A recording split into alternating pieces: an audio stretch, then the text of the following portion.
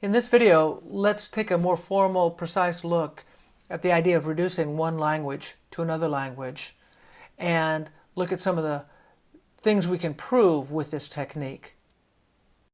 Our goal is to reduce one problem into another, and we have already used and introduced this notation here.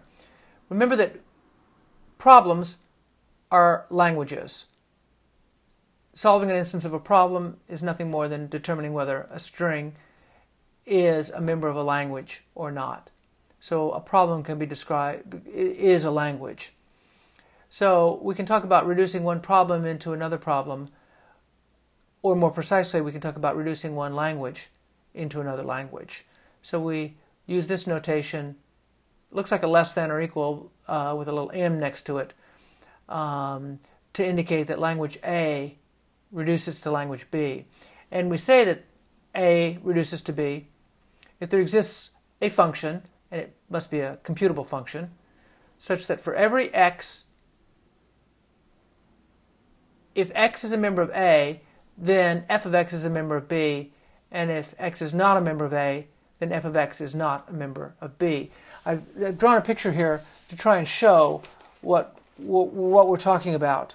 Okay, each of these dots is a string. Okay, and these dots are either in language A or not in language A. Okay, these dots over here are either in language B or not in language B. So the reduction is a function, and it maps things that are in A to things that are in B. And it maps things that are not in A into things that are not in B. Okay, so if we look at these as languages, then these dots are strings. If we look at these as problems, then the problem of A over here has a bunch of different instances. Okay, and each dot represents a particular case of the problem or instance of the problem.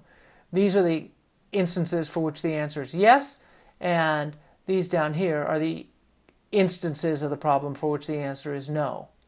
And so a reduction exists if there's a function, or the reduction is the function, that has this property. So we're looking for a function that is computable. In other words, we can do it without looping infinitely, that will take elements that are in A to elements that are in B, and elements that are not in A into elements that are not in B. So here is what we have used this technique of reduction for so far. If A reduces to B and A is undecidable, then we can conclude that B must also be undecidable. Okay, remember, this is the acceptance problem for Turing machines, and this was the emptiness problem for Turing machines. And we reduce the acceptance problem to the emptiness problem. Okay, if we can find that reduction, then we can conclude that the emptiness problem is undecidable because the acceptance problem is undecidable. So if A reduces to B and A is undecidable, then language B is also undecidable. But we can use this technique in other ways as well, in the other direction. If A reduces to B, again, A reduces to B, and instead of A being undecidable, we know that B is decidable, then we can conclude that A is decidable. Okay, if you've got an algorithm to decide B, then you can create an algorithm to decide A. All you need to do is take a potential candidate in language A, run the mapping function to a string, and then ask whether that string is in B or not.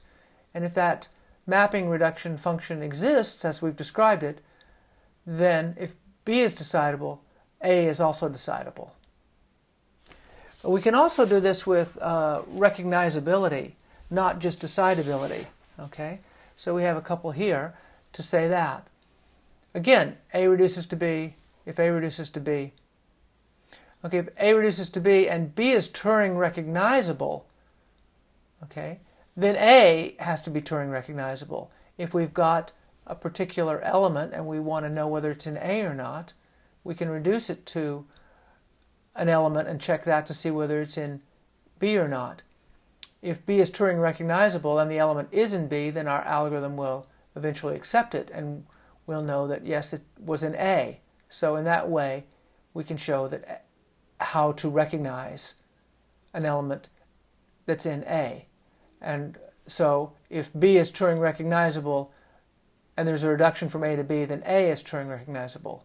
And in the other direction, if A is not Turing recognizable and we find such a reduction, we can conclude that B is not Turing recognizable. So these are the ways we can use this idea of reducibility to prove things are decidable or undecidable, Turing recognizable or not Turing recognizable.